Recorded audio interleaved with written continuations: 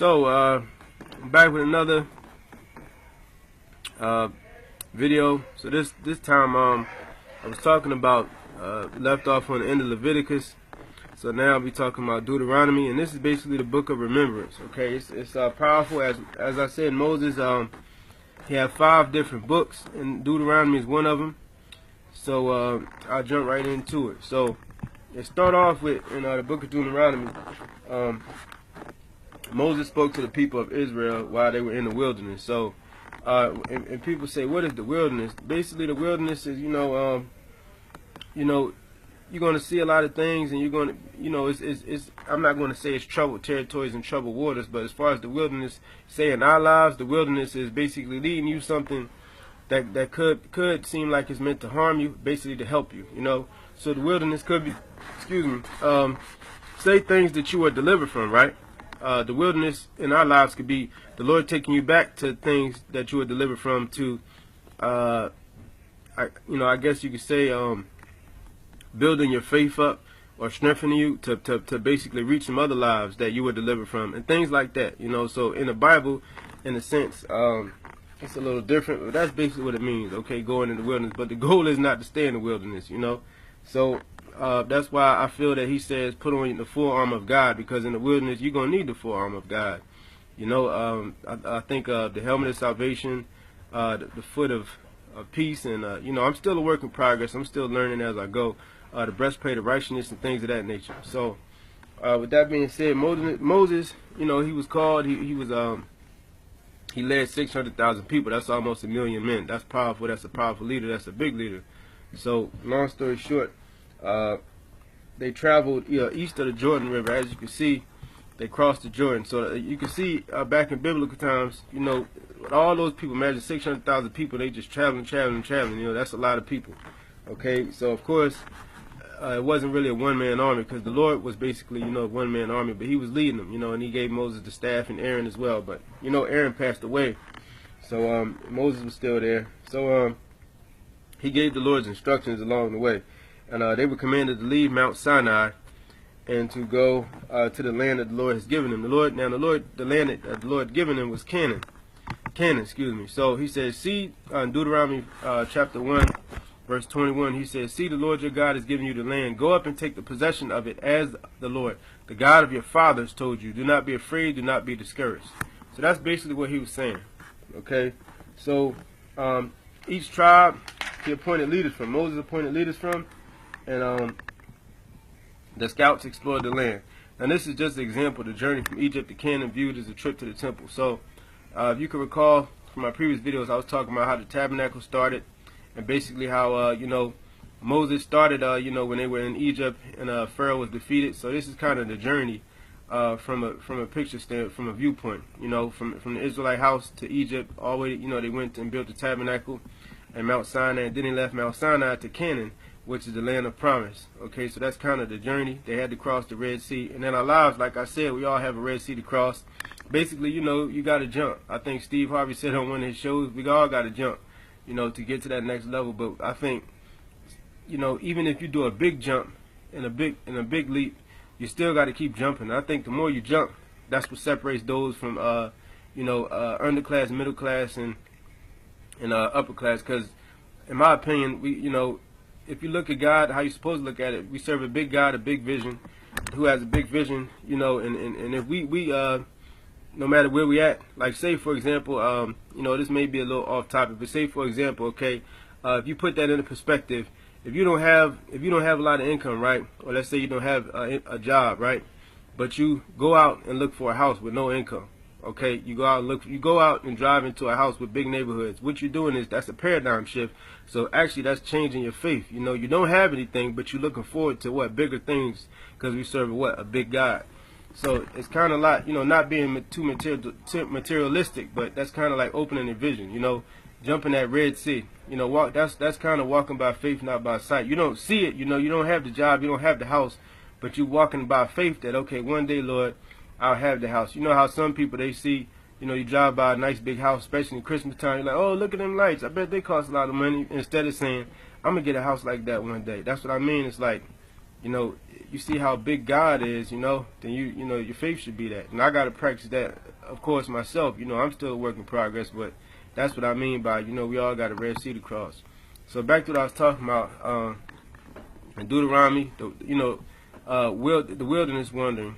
As far as we at right now, is the different things that he talked about. Location, leadership, time, you know, and basically, of course, Christ was in every chapter. So it's kind of like looking back, looking up, and looking ahead. That's why they call it the book of remembrance, because he's saying, remember looking back to where you came from. Remember looking up to where you're going. I mean, you know, looking up to the heavens above, because, you know, they say praise go up, blessings come down. And he's saying, remember looking ahead. So it's kind of like, you know, from failure, then, you know, going through those stages and then to success. You know, that's kind of like, you know, it's basically like everybody's journey or pathway. Okay, so with that being said, there were 5 books of Moses. Okay, of course you have Genesis, which we talked about, Exodus, and Leviticus, and Numbers, and Deuteronomy. Deuteronomy consisted of 3 speeches that Moses delivered to the Israelites. Remember, I was just telling you that you know, the Lord gave them instructions when they entered the promised land. And that promised land in the beginning of Deuteronomy was Canaan. And Canaan was the land of the promise. So it's kind of like in our lives, you know, you're looking at like from, you know, say if you know, you failing and failing and failing, or basically things ain't working out for you and you're giving up, and then you kind of step into, you know, what basically was meant for you, you know. And you hung in there and you persevered and you got through. That's why I guess he says, you know, like, you know, looking back at where you came from, looking up, not staying there, but just looking back, not going back now.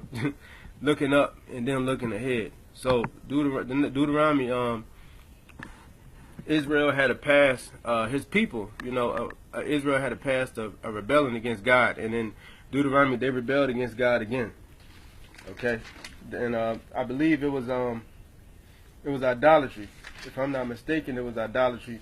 And he just, you know, the Lord, you know, of course the Lord doesn't like it. If you go and look at from the past history to now, the Lord gave the tablets of the covenant. The Israelites made a golden calf. That means they were worshiping idols. So the Lord punished them. Moses and kept, you know, every time the Lord wanted to punish them or did punish them, Moses pleaded with God, you know. And the Lord basically, his grace and his mercy. That's why, you know, you got to be thankful for each day, and you got to thank the Lord for that, you know, because you think about where, you know, the Lord has been good. You know, the same person that, you know, can serve God for all their life, and the same person who don't even know Jesus, the Lord showed the same grace to. That's his love for everybody. I think they call it agape, but that's what it is. You know, his mercy and his grace. You know, and he died on the cross for everybody's sins, for even those who turned their back on him, because he said he'll never leave or forsake us. But he turned, you know, we leave him. But, you know, some find their way back and some don't. But it's the fact of the matter is that he never left us. So even those who strayed away from him, he always with them too. It's just that they're blinded, you know. It could be from worldly influences, or it could be from the world itself. And that's where, you know, that's where, you know, that's where it is. So if you look at Israel, you know how he led Israel out of Pharaoh's reign. He led them out a little bit of everything, and now he's still, you know, giving Moses instructions to lead. Now he's leading them to the promised land, you know. So if you look at it, he pleaded with them, you know. After that, with the idolatry thing, and then they rebelled. You know, they rebelled against God on other occasions. You know what? Part of them, they were complaining. You know, you got 600,000 people. They're traveling all the time. Of course, they get tired. They complaining. They whining, and then, you know, some of them were. He was the only one. You know, you know, him and Aaron were that close to God, where they could go up there on Mount Sinai and actually, you know, see His presence or whatever. No one else could do that. So, at the end of the day, you know, then the Lord made the covenants, the commandments. So, you know, the Lord, in Deuteronomy, you know, they also rebelled against God, and God had to teach them a lesson. So, Moses was required next to, you know, they went to different lands to conquer. So, it was a big guy, you know, a king named Bashan. If you look at, he was a big guy, you know, a giant, sort of like David Moses was kind of David in this battle, and Goliath was sort of like Bashan. So, of course, they had victory. And, you know, last time I checked, you know, God is undefeated. So what that means is, no matter what giant comes in your life, or no matter what giant you face in life, you know, you still gonna always win victory in Jesus as long as you hang in there. You know, it may be short, it may be long, but you know, it's worth it because you'll come out stronger, you know, wiser, healthier, a little bit of everything. You know, as long as you just hang in there and trust in God. So they defeated his name was OG, King OG of Bashan. They defeated him, took over his land, and next thing you know, they divided it. And Moses was, if you remember, Moses was forbidden. Basically, the Lord was kind of upset at Moses, and he was forbidden to enter the land because, and you know, it was kind of time for a new ruler, you know, because him and Aaron they kind of betrayed God, not betrayed God, but they disobeyed him. And of course, the Lord requires that you be obedient because the Lord is a jealous God. You know, now He doesn't say be perfect because nobody's perfect but Him, but He says try, don't lie. So long story short, the land was divided, and also Moses, you know, he was ready to leave, and he wanted to ask the Lord, you know, hey, give me a new leader, you know, give a new leader, you know, because I know, you know, his brother passed away, Aaron, up on Mount Sinai, I believe, and also, you know, Moses just requested to God that you know, a new leader be brought up. Now that's kind of later on, but that's basically what it was. He says, "O sovereign Lord, you have begun to show to your servant your greatness and your strong hand. For what God is there in heaven and earth, who can do the deeds and mighty works you do?" So Moses, you know, if you think about him starting out when I first doing these videos, and I see myself how the Lord can take a nobody and basically use a nobody to do something extraordinary. So that's what He does, because you got extraordinary God and you got ordinary people. So He can take the ordinary and make them extraordinary. You know, whether they men or women, you can have Superman and Superwoman, whatever you want to call it. You know, the Lord will just do things like that. He'll take the people that you least expect, and He'll take people that you do expect. But at the end of the day, that's the goal, to let go and let God use you, and then everything will fall into place. You know, whatever it may be. So, with that being said, you know, there was no prophet that risen in Israel like Moses, who the Lord knew face to face. So imagine if you had a face-to-face relationship with God. Like, you know, of course, nobody can see God on earth, you know, only in heaven until you make it there, Lord willing. But that's just amazing. While He was still on earth, you know, He still saw the Lord face-to-face and had a face-to-face relationship with him and Aaron. And He was speaking to him, you know, giving him instructions what to do and everything. And, you know, Moses I guess he just looking back and remembering, you know, from where he came from, where he started. You know, he was nervous. He was like, oh, man. And then he, you know, now he stepped into his calling, and now it's kind of like the end of the road for him. And, you know, the Lord will use somebody else, you know. And that's kind of like on here, you know. Some people are called, some people are chosen. And, you know, some people, you know, they step into it and all that stuff. So, what happened next was Moses' address. Remember I told you he got given 3 addresses. So he did his second address, and also the 10 Commandments that he was given. So it's kind of like a outline with the Constitution of Israel. Israel fell into idolatry at Beth Peor. If you can remember, they were worshiping idols, and the women, the Midianites, I think they came in and you know, were sleeping around with them. And they were worshiping the idols, so the Lord destroyed all of that, you know. And He basically, you know, he wanted to bring destruction to the people and wake them up. So they had to repent for their sins, okay, and bring offerings, you know. And all this was before the Lord died on the cross for our sins. Back then they had to bring offerings, you know, sacrificial offerings. So Moses gave the people a new constitution for the state of Israel, and the Lord instructed him to do that, okay. So there were many laws in Deuteronomy makes concessions to Israel's hard hearts. And one example of that was concerning divorce. You know, basically new laws were put in place. You know, a lot of things were being done that the Lord didn't like. So He put things in place to stop that. So like the U.S. Constitution, Deuteronomy was amended as times changed. Okay, same thing, you know. So, of course, now my opinion if you look at the Constitution of America, you know, it's just, as far as I'm concerned, we have some leaders of the past that said, ask not what your country could do for you, ask what you could do for your country, which I stand by. Now we have, ask not what you could do for your country, ask what your country do for you. So it went from doing something for your country to letting your country do something for you. Now I see that we're supposed to be one nation, indivisible, under God, with liberty and justice for all. If you think about it, though, if you think about that, what that says, one nation under God, it's not that.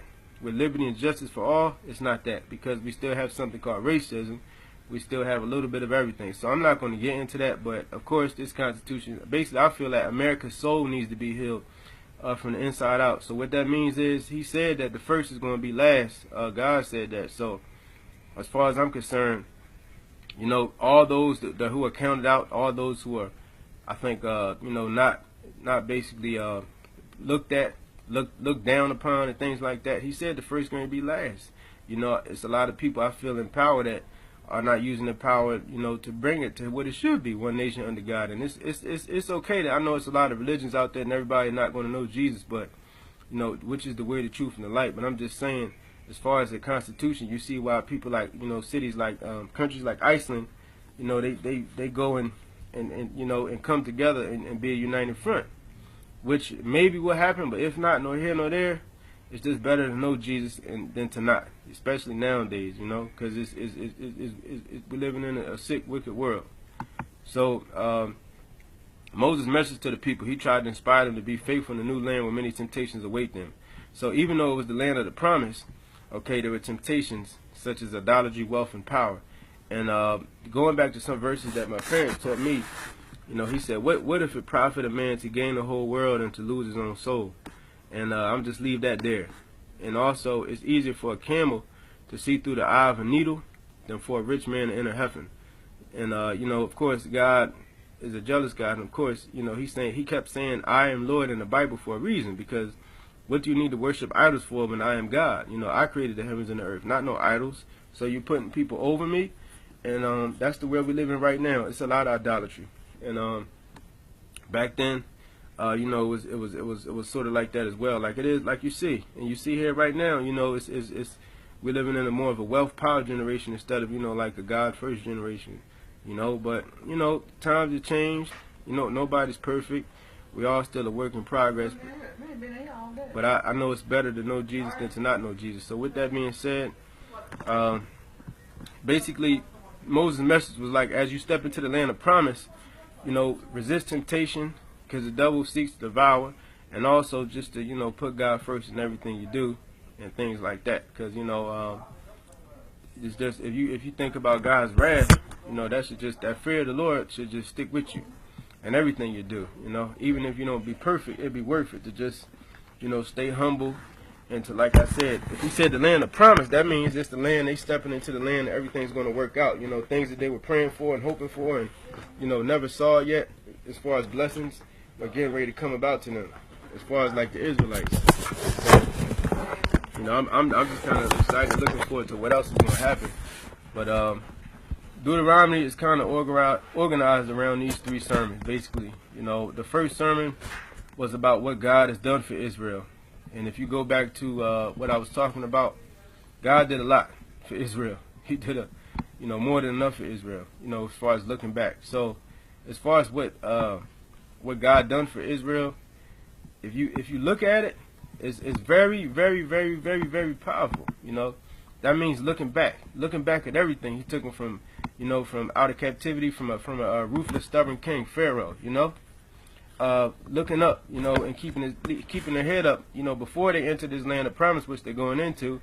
A lot of them were, you know, bent out of shape, coming at Moses. And remember, the Lord had to get Aaron to basically help him, and also for Aaron to to bring his sons in, you know, as priests to, you know, help take control. When Moses take care of the big stuff and come to God about it, and you know, they take care of the little stuff, and the Lord assigned them as priests. And also looking ahead, you know, the second sermon, what God expects of Israel. That's what I mean by looking ahead. You know, he's saying y'all going to fall into a land of promise if you look into me. And then you got the third sermon of Moses, which is later on talking about what God will do for Israel.